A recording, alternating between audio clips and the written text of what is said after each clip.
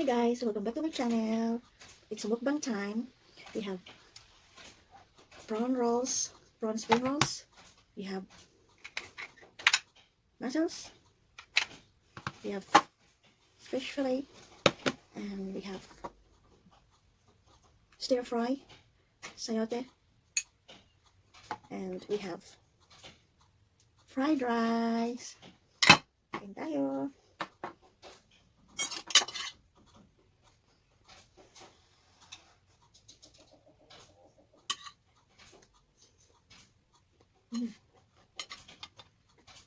Yummy.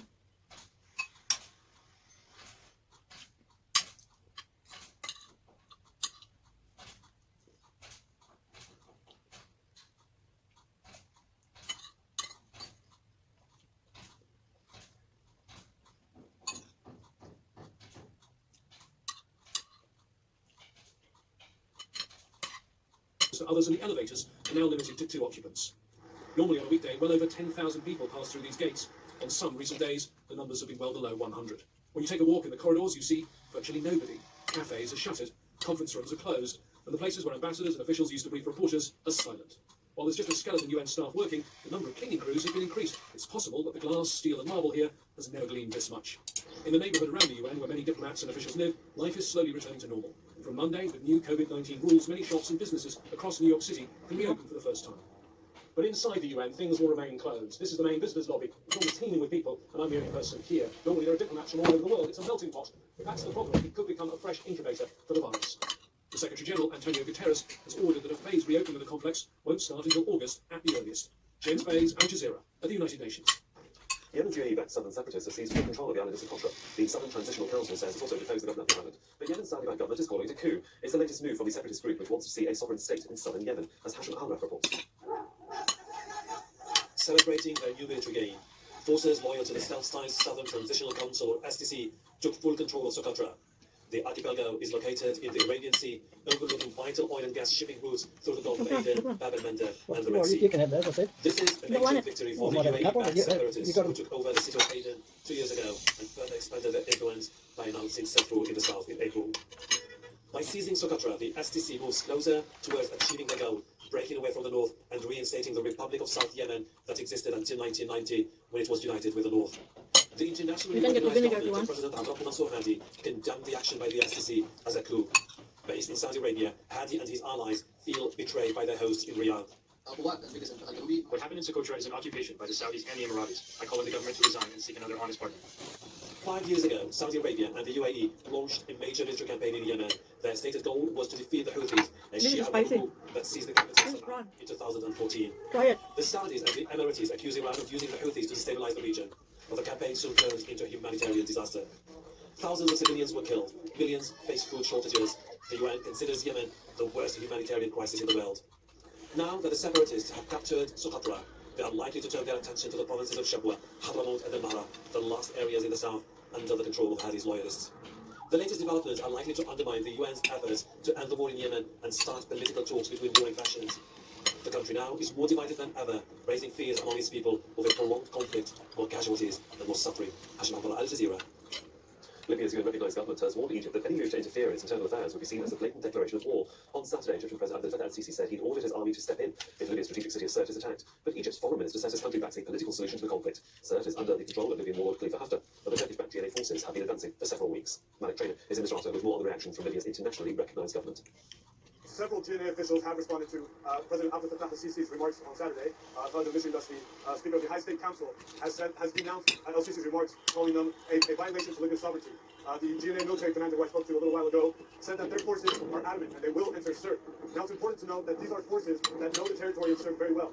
In 2011, forces primarily from here in Misrata were responsible for entering Sirte and capturing and killing Muammar Gaddafi. They did that, of course, with NATO support. In 2016, these same forces are the ones who entered Sirte and liberated it from ISIL. They did that, of course, with American support. So these are forces that know the territory well. They are confident they can enter Sirte, and they say that they will. And the commander earlier told me that the GNA or our forces will not stop until we, in his words, liberate all of Libya from Haftar's control. So what we're seeing is the GNA forces, the political officials here, are adamant about getting Khalifa Haftar out of the picture. They say they won't negotiate with Haftar, and they're adamant about retaking or taking control of all of Libyan land. Serbia's president has declared what he describes as a historic victory for his party in parliamentary elections. The Serbian Progressive Party of Alexander Vučić has been widely expected to win an absolute majority in Sunday's ballot. Exit polls show the centre-right party with more than 63% of the vote. A number of opposition parties boycotted the poll, saying it wouldn't be free or fair because of the control they say Vučić has over the media.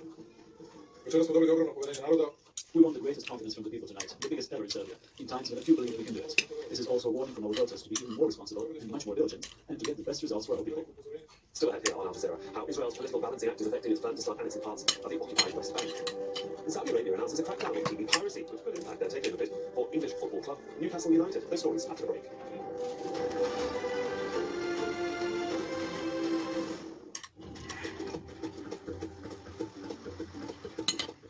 More of the same across much of the Middle East, of course, by that I mean hot and dry, but also fairly dusty. The winds will be on the increase in the next couple of days. You can see to the north across areas of Turkey, there's always a chance of 1 or 2 showers. Temperatures a little bit higher in Ankara, 28 degrees on Monday with a chance of those showers. But look at these winds, you can see the green arrows, and they are going to be a little bit stronger on Monday. There's winds coming down from the north, and not as hot as it has been. There's quite a bit of influence coming from the eastern end of the Med, so temperatures there feeling pretty good indeed. 28 in Jerusalem, 27 across into Beirut, 41 in Doha on Monday. Unfortunately, it does set to increase as we go into Tuesday, not by a great deal, 42, but all the while the winds are increasing, so it is a hot, dry wind, and it will, of course, pick up the sand and the dust. Then down into southern Africa, we've finally got a couple of clear days ahead across much of the south, maybe just 1 or 2 stray showers along these coastal areas. Temperatures in the mid to high teens Celsius, but the rain really is around coastal areas of Mozambique and across into Tanzania. Of course, the usual array of showers and thunderstorms through central regions out towards the Gulf of Guinea, but not particularly heavy on Monday. Tuesday, a little bit heavier later in the day, and you can see here all the while temperatures actually beginning to increase, and over the next few days in Port Elizabeth, it's dry with showers on Thursday.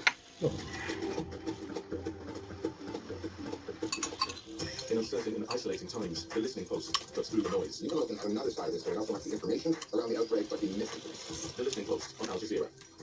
A global pandemic, mass protests demanding change, economic recession, and geopolitical tensions, not to mention the small matter of a looming election.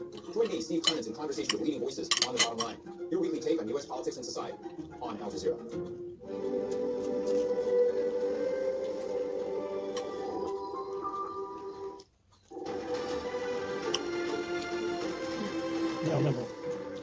Watching Al Jazeera with me, Cyril Rahman, reminder of our top stories. The World Health Organization has reported a record increase in global coronavirus cases, with over 180,000 new infections on Sunday. Brazil has passed 50,000 deaths linked to coronavirus as anger grows at President Jair Bolsonaro's response.